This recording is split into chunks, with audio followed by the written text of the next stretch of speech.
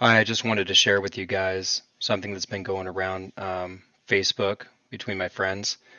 This is from a writer named Ori Weisberg, Ori Hanan Weisberg.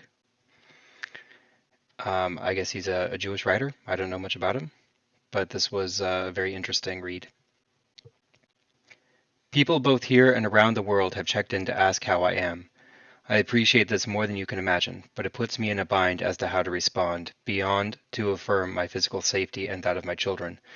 Those of you who know me personally, even at length virtually, know that I struggle to restrict my responses to such a question to generalities and formalities. On the other hand, I've been working over the past year in the wake of radical upheavals in my personal life to restrain my openness. Some see that openness as oversharing that overburdens them. So responding to this question is challenging. Yes, it would be correct to say that I'm fine, because in many senses I am, especially if we contextualize this with how others are doing. And even in this situation, I try to remember that context and try to remember both the morality and usefulness of gratitude. But I don't always find the strength. So for those who want more detail, here it is. I'm angry. This is of course to be expected. Joe Strummer, because you knew I'd quote him somewhere here, once wrote, quote, "Let fury have the hour. Anger can be power. You know that you can use it." He was talking about a rather simple situation of resistance. When anger is directed in one clear direction and it's righteous, then outrage, literally directing one's rage outward, can be an antidote to despair and fear, and if directed effectively can be a powerful force for change or at least survival. But that's not where I am. Because I'm angry in so many directions, I struggle to find a center on which to stand. In some senses, all of my angers are pulling me apart. Given this predicament, I want to add a caveat before I particularize them. I am conscious of being an extremist. I may change my view on many of the things I lay out here. I may repudiate them. I may be embarrassed by them. I may be very wrong about some of these things, though explaining to me how I am wrong, even if done with goodwill, likely won't help either of us. At any rate, the question, how are you, is in the present. This is how I am now, a snapshot of the moment. Yes, I am answering because I know some of you are personally interested, and yes, I'm answering because I need to speak, and I live alone, and because I am Ori. But I also know that some have found value, because they've told me so, in my openness in sharing my views and experience. Nevertheless, I'd like you to keep in mind the most important line in the book of Job.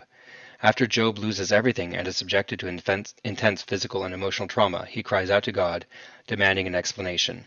Three friends gather to discuss how he might continue to believe in a just and good God and the possibility of a just and good world, and they all mean well. The friend who speaks last, Eliphaz the Temani, holds the most correct position. He's really smart, even wise. He isn't simply an orthodox, small o, apologist for religious dogma demanding fidelity. He probes the problem deeply, and calls for a complex subject position and view of God and the world. That God then speaks to Job from out of the whirlwind before pivoting to the friends, not addressing all three, but speaking directly to Eliphaz. And here is written some Hebrew, which I think Jacob can help with. In English, it says, "And after Hashem spoke these words to Job, Hashem said to Eliphaz the Temani, I am incensed with you and your two friends because you didn't speak to me appropriately like my servant Job." God doesn't commend Eliphaz's powerful theodicy, one that has provided many later rabbinic theologians, the Rambam, Maimonides, foremost among them, see the discussion of providence in part 3 of the Guide of the Perplexed, with great intellectual inspiration. He doesn't say, "Yep, well done, Elushka, you've got it right. You got it right, my brilliant child, and your benighted brother Job just needs to listen to you." Rather, as the Rambam emphasizes, God rebukes him for being too invested in his own argument and correctness. The great Jewish historian Amos Funkenstein read Job as teaching that we don't always deserve answers, but we have the right and even obligation to demand a hearing, especially in extremists, even if we are wrong or lost or broken or angry. With that in mind, my answer to the question, how are you? That I'm angry includes a list of things I'm angry about, in no special order and certainly no hierarchical ranking. I'm angry at Hamas about the vicious slaughter and widespread trauma they inflicted gleefully on so many people. I'm angry at Israel's vaunted security and intelligence communities and institutions whose often appalling moral decisions and violations of rights have been justified with recourse to the necessity of security, for nonetheless failing to keep us safe. I'm angry at this absurd government led by a man who has time and again placed his own interests and power above duty to country while posing as a superlative patriot and has never paid a political price. I'm angry at his party for clinging to him despite his amorality or immorality, because doing so has served their own interests. I'm angry that for years he funneled cash from Qatar to Hamas while posing as the only one who can keep Jews safe. And I'm angry that so many people bought into this, and angry that so many still do. I'm angry that more than 2% of the population somehow doesn't want him to resign immediately. I'm angry at everyone who voted for any party in this government who hasn't apologized for empowering such a group of corrupt or irresponsible chauvinists and zealots. I'm angry at Hamas for undercutting the struggle for Palestinian rights and lending credence to the caricatures of Palestinians as bloodthirsty savages who just want to kill Jews, which is far from the truth. This will not only cost Palestinian lives in the immediate, but it will also set back their pursuit of justice and dignity by decades. They've alienated hard-won support in the international community, and they've made it harder to stand for the recognition, rights, and justice. Here in Israel, it makes answering the refrain that, quote, they don't really want freedom, they just want us all dead and gone, end quote, exponentially more difficult. And they have reinforced the flawed attitude that any failure of brutality to subjugate others is evidence of the need for more brutality. I'm angry at the harm that this will perpetuate for Israel and Israelis now and in future generations on so many levels, dehumanizing themselves and us, dehumanizing us all, plunging us ever deeper into the morass of hatred and violence. There is no security and dignity for Israeli Jews if there is no security and dignity for Palestinian Arabs. I am angry at those on the right who are already waving this as vindication of their cruelty and hate-mongering. I'm angry at those on the left who are celebrating this as valid resistance and a step in the direction of justice. I'm angry at their glib equivocations that show zero compassion for individual lives. One cannot seek justice for people if one isn't seeking justice for people. Justice only comes when we provide safety and dignity for all.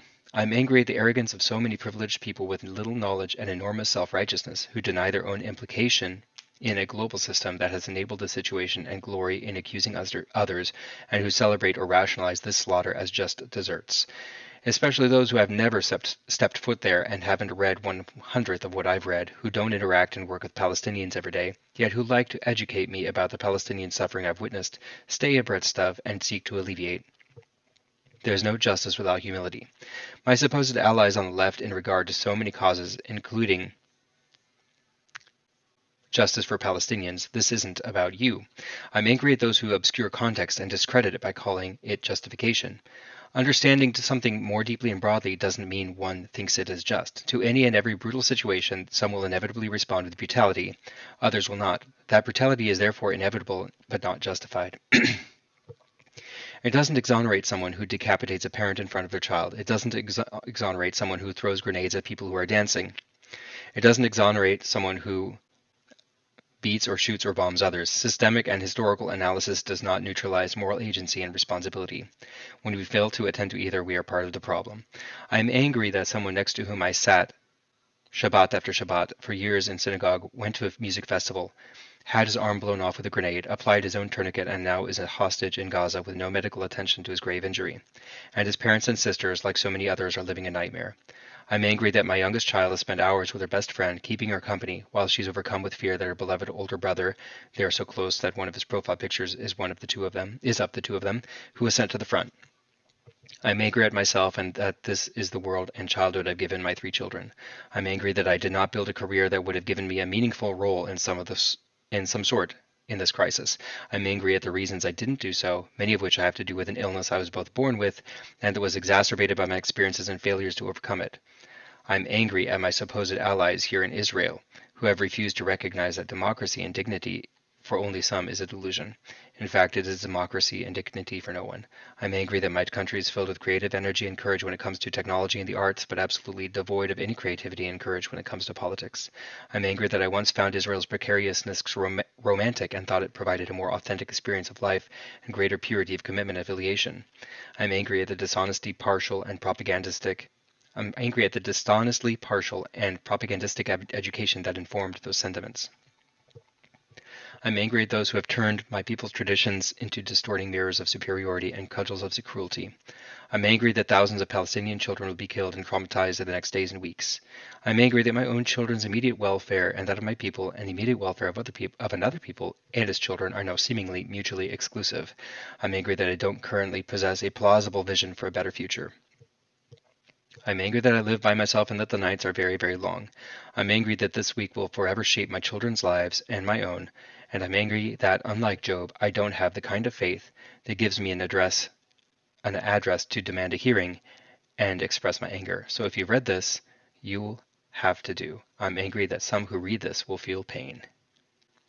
Liked. Have a good evening.